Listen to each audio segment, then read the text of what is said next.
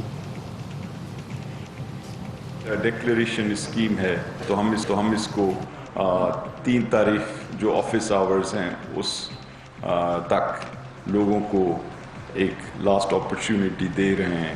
Request کروں گا کہ وہ اس سے فائدہ لیں. بے نامی کمیشن بھی بنایا گیا ہے. ایسٹ ڈیکلیریشن اسکیم کے بعد وہ بے نامی پراپرٹیز جو ڈکلیئر نہیں ہوئی ہیں ان کے پیچھے جا سکتی ہے.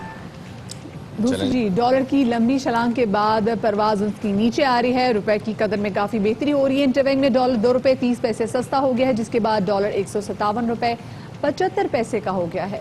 دوسری جانب آئی ایم ایف پروگرام کی منظوری کے بعد I M F executive board کا اہم اجلاس آج ہوگا، جس میں 3 سالہ قرضہ پروگرام کی منظوری دی جائے گی. پاکستان نے سٹاف لیول مذاکرات کی طے پیش کی شرائط پوری کر دی ہیں. اخراجات میں کمی اور آمدنی بڑھانے کے اقدامات کی طرف بھی پاکستان نے پیش رفت کی ہے. ٹیکس رعایتیں ختم کی ہیں، ٹیکس اصلاحات کے لیے اہم اقدامات اٹھائے جا رہے ہیں، جبکہ ایگزیکٹو بورڈ اجلاس سے قبل اثاثہ ظاہر کرنے والی اسکیم کی مدت بھی ختم ہو جائے گی. منظوری کے بعد پاکستان کو آئی ایم ایف سے 6 ارب ڈالر کا قرضہ ملے گا. وزیر اعظم نے کہا ہے کہ آئی ایم ایف سے معاہدے پر دستخط کے بعد افراتفری ختم ہو جائے گی. مشکل وقت نکل گیا، جولائی کے بعد بہتری آئے گی. اصلاحات لاتے ہیں تو مشکل وقت بھی آتا ہے. حالات سارے سٹیبلائز ہو جائیں گے. 3 تاریخ کو میٹنگ آئی ایم ایف سے، جیسے ہی آئی ایم ایف کے ساتھ ہمارا وہ سائن ہوتا ہے، جو بھی افراتفری پڑی ہوئی ہے نا یہ ختم ہو جائے گی. کوئی کسی قسم کی ریٹ فکس نہیں ہوئی. فری فلوٹ بھی نہیں کہا کہ جو مرضی چلا جائے ڈالر. انہوں نے کہا کہ ڈالر کی جو بھی کوئی ریئلسٹک پیرٹی ہے ادھر تک آنا چاہیے. لوگ اپنے ملک کو نقصان پہنچا رہے ہیں، کوئی 180 کہہ رہا ہے، کوئی 200 کہہ رہا ہے. اس حوالے سے بات کرنے کے لیے ہمارے ساتھ موجود ہیں ڈاکٹر عثمان چوہان صاحب. بہت شکریہ باخبر سویرا کو وقت دینے کے لیے. یہ بتائیے گا آئی ایم ایف پیکج میں ہم انٹر ہونے والے ہیں، آج انشاءاللہ اجلاس بھی ہو رہا ہے. اس کا امپیکٹ کتنے عرصے میں نظر آنا شروع ہوگا اکانومی میں؟ ڈالر مزید کتنا کم ہوگا اور کتنا سٹیبل رہے گا؟ جی، آپ کی کرنسی پہ تو ایک پازیٹیو افیکٹ ضرور ہوگا، کیونکہ آپ کی جو کرنسیز ہوتی ہیں وہ عکاسی کرتی ہیں عالمی منڈیوں میں اور مقامی منڈیوں میں جو تصورات ہیں ان کا. لہٰذا آپ کی جو ایکسپیکٹیشنز یہاں کی مارکیٹ میں ہوں گی روپی کے بارے میں، وہ ایک آئی ایم ایف پیکج کی وجہ سے بہتر ضرور ہوں گی. تو کرنسیز پہ یہ امپیکٹ جو ہے وہ امیڈیٹ ہو سکتا ہے اور پھر اس کے بعد ایک گریجول ڈکلائن ضرور آ سکتا ہے. لیکن اگر آپ کے اسٹرکچرل ایشوز میں زیادہ چینجز نہ آئیں تو پھر وہ ایک بینڈ وتھ میں پھنس جائے گی کرنسی، اور وہ جو پرانے لیولز ہیں اس تک نہیں آ سکتی. اس کے لیے آپ کو زیادہ لانگ ٹرم ریفارمز کی ضرورت ہوگی، جس سے کہ مارکیٹ کو کانفیڈنس جو ہے وہ اسٹرکچرل انداز میں ملے. تو میں کہتا ہوں کہ لانگ ٹرم انتظار کرنے کے لیے 6 to 8 months کا وقفہ ضرور رکھنا چاہیے کہ وہ ایکسپیکٹیشنز آپ کی اسٹرکچرل اکانومی کی اس میں ریفلیکٹ ہوں. ہم یہ بتائے گا کہ آئی ایم ایف پیکج کے لیے نرخوں اور ٹیکس ریٹ میں اضافہ کیا گیا ہے. آپ کے سمجھتے ہیں کہ منظوری کے وقت مزید شرائط بھی لاگو ہوں گی اس میں؟ ابھی جو انہوں نے شرائط لگائی ہیں وہ سخت تو ہیں، لیکن ان شرائط اس کے بعد مزید شرائط بھی ڈالی جا سکتی ہیں. اس کی وجہ یہ ہے کہ ان کی جو مانیٹرنگ بورڈ ہوتی ہے اور ان کی جو انسٹیٹیوشنل اوورسائٹ کی میکنزمز ہوتی ہیں وہ آپ کے حالات کو دیکھتی رہیں گی، اور اگر مثبت تبدیلی ان کی نظر سے نہ آئی تو پھر وہ آپ پہ اور بھی مزید سخت شرائط لاگو کر سکتے ہیں. تو یہ ایک ڈائنامک پروسیس ہوتا ہے. اگر ہماری طرف سے پیش رفت ہو اور اقتصادی حالات میں ان کی نظر سے بہتری آئے تو پھر شرائط اور لاگو کرنے کی ضرورت نہیں پڑے گی. تاہم ابھی جو ہے حالات میں آپ کو اس کا ایکسپیکٹیشن رکھنی چاہیے، تصور رکھنا چاہیے کہ آگے بھی شرائط لاگو ہو سکتی ہیں. کفاری کی بات کی جا رہی ہے، اپنے ایکسپینسز کم کرنے کی بات کی جا رہی ہے. آپ کو لگتا ہے کہ یہ پریکٹیکلی امپلیمنٹیبل ہیں؟ اور خاص طور پہ اب جب ہم بجٹ ظاہر 1 جولائی سے قابل عمل ہو چکا ہے، آپ کو کیا لگتا ہے کہ جو پورے کا پورا تھیم بنایا گیا ہے اس بجٹ کا بچت کے حوالے سے، کفایت شعاری کے حوالے سے، اس کا معیشت پہ کتنا امپیکٹ پڑے گا؟ در حقیقت میں کفایت شعاری کے کی مخالفت کرنا چاہتا ہوں، کیونکہ جہاں بھی کفایت شعری کا ایک پروگرام جو ہے لاگو کیا گیا ہے کسی بھی ملک پہ، وہ لانگ ٹرم میں ان کے لیے نقصان دہ ہی ہوا ہے. اس کی مثال آپ یونان میں دیکھ سکتے ہیں. گریس میں جب یورپین یونین نے ان پہ آسٹیرٹی کفایت شعری کی چیزیں لاگو کی تھیں تو ان 10 سالوں میں جو ہے تقریباً تباہ ہونے کو پڑ گئی تھی ان کی اکانومی. مثلاً بے روزگاری کے مسائل تھے، پینشنز 13 دفعے کاٹی گئیں 10 سال میں، ویجز کے ایشوز تھے. تو کفایت شعری کے جو ہے لاجک، اس کا جو منطقی پہلو ہے، میں اس کی مخالفت کرنا چاہتا ہوں. اس کی وجہ یہ بھی ہے کہ آپ کی جو اقتصادی، جو آپ کی اجتماعی اقتصادی جو ہے صورتحال، اس میں آپ کی سرکولیشن چاہیے پیسوں کی، اور کفایت شعری جو ہے وہ اس کو تھامنے کی کوشش کرتی ہے. تو آسٹیرٹی جو ہے ہمیں لانگ ٹرم میں نہیں رکھنی چاہیے as a system for are. اچھا ڈاکٹر صاحب، آخری آپ سے سوال یہ پوچھنا چاہیں گے کہ ہم معیشت کو سہارا دینے کے لیے گورنمنٹ جو ہے وہ اور کون کون سے اقدامات کر سکتی ہے؟ تو اپنے ٹیکس بیس کو غور سے دیکھنا چاہیے، کیونکہ ابھی جو ہے آپ کی ٹیکس ڈیپتھ بڑھ رہی ہے لیکن آپ کی ٹیکس بریتھ نہیں، یعنی کہ اس کی گہرائی بڑھ رہی ہے اور زیادہ بوجھ پڑ رہا ہے ان 20 لاکھ ٹیکس فائلرز پہ، لیکن جو آپ کی 99% ٹیکس نہیں دے رہی اس چوڑائی کو چاہیے ٹیکس بیس میں. تو اس کے لیے آپ کو چاہیے ہوگا کہ ان کو ٹیکس نیٹ میں لانے کے لیے فائنینشیل سسٹم میں فائنینشیل انکلوژن کے لیے پروگرامز کرنے پڑیں گے، اور ہماری سرکار اس پہ بہت نظر ڈال رہی ہے. یہ تھوڑا گریجول ہوتا ہے لیکن الٹیمیٹلی آپ کو جو ہے ان کے میجرز پہ جو انٹینسٹی ہے وہ بہت دباؤ ڈالے گی اگر آپ اس کو وائڈن نہیں کریں گے اور آپ زیادہ انکارپوریشن، زیادہ انکلوژن، زیادہ لوگوں کو شامل نہیں کریں گے اقتصادی نظام میں. بہت بہت شکریہ. ہمارے ساتھ موجود تھے ڈاکٹر عثمان صاحب، اور وہ بتا رہے تھے کہ اس وقت حکومت جو بھی اقدامات کر رہی ہے وہ کافی تو ہے، لیکن وہ ٹیکس کی ڈیپتھ بڑھا رہے ہیں، ٹیکس بیس کو براڈن نہیں کر رہے. ایک بڑا اہم اور بڑا ٹیکنیکل پوائنٹ اٹھایا ہے. اب اسی حوالے سے ذرا بات کر لیتے ہیں. ہمارے ساتھ موجود ہیں ہمارے اور آپ کے جانے مانے اور باخبر سویرا میں ہمارے ساتھ دیتے ہیں، اکثر ہمارے ساتھ رہتے ہیں، اور معیشت کے معاملات میں معیشت کی پیچیدگیوں کو بڑی اچھی طرح سمجھتے ہیں، بڑے آسان زبان میں بات کرتے ہیں. ہم بات کر رہے ہیں ماہر معاشیات جناب خرم شہزاد صاحب کی. بہت بہت شکریہ خرم صاحب ہمیں وقت دینے کے لیے باخبر سویرا کو. سر یہ بتائیے گا، پہلے تو بات کر لیتے ہیں ٹیکس ایمنسٹی اسکیم کی.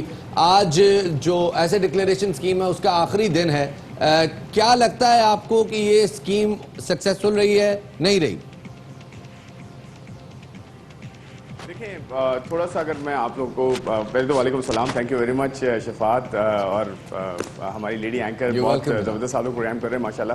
ایک تو چیز یہ ہے اس میں کہ اگر آپ تھوڑا سا میں آپ کو بیک گراؤنڈ دوں کہ ایمنسٹیز پاکستان میں کب آئیں اور کتنی ہوئی، تو ایک شارٹ سا بریف دیتا ہوں تاکہ ہمارے جو ناظرین ہیں ان کی انفارمیشن کے لیے. اگر آپ ٹوٹل دیکھیں ایمنسٹیز پاکستان میں 13 ایمنسٹیز ابھی تک آئی ہیں، اس کو ہٹا کے یہ 14ویں ایمنسٹی ہے، اور پہلی ایمنسٹی آئی تھی 1958 میں، اور پہلا آئی ایم ایف پروگرام بھی جو ہے وہ اتفاق سے 1958 میں تھا. آج ہم 22 پروگرام تک چلے گئے ہیں. آئی ایم ایف پروگرام جو ہے 22 ہو چکے ہیں، اور آئی ایم ایف کے علاوہ جو ایمنسٹیز ہیں 13 وہ ٹوٹل ایمنسٹیز آ چکی ہیں. 13 ایمنسٹیز میں 138 ارب روپے ابھی تک جو ہے وہ وصول ہو چکے ہیں ٹیکس کی مد میں. 138 ارب روپے 13 ایمنسٹیز میں، اور اگر آپ اس حساب سے پر ایمنسٹی دیکھیں تو تقریباً کوئی 11 ارب روپے بنتے ہیں. اور اسی حساب سے ٹوٹل ڈکلیریشنز کی بات کریں تو تقریباً 3,05,300 ڈکلیریشنز بیفور دس ایمنسٹی جو ہے وہ ہو چکی ہیں. اور اگر آپ پر ڈکلیریشن کی بات کریں، یعنی کہ ایک بندے نے کتنا ایمنسٹی میں کنٹریبیوٹ کیا ہے، تو تقریباً کوئی 4.5 لاکھ روپے بنتے ہیں ٹوٹل. اگر آپ پچھلے 60 سال یعنی کہ 1958 سے لے کر ابھی تک کی بات کریں، تو اس طرح سے اگر ٹوٹل ایمنسٹیز دیکھیں 13 ہیں اور 138 ارب جو ہے ابھی تک وصول ہوئے ہیں. ڈکلیریشن اس سے زیادہ ہیں. ڈکلیریشن سے مراد یہ کہ ٹوٹل ایسے ڈکلیریشن سے کافی زیادہ ہے، لیکن ٹیکس کی مد میں 138 بلین ہوئے ہیں.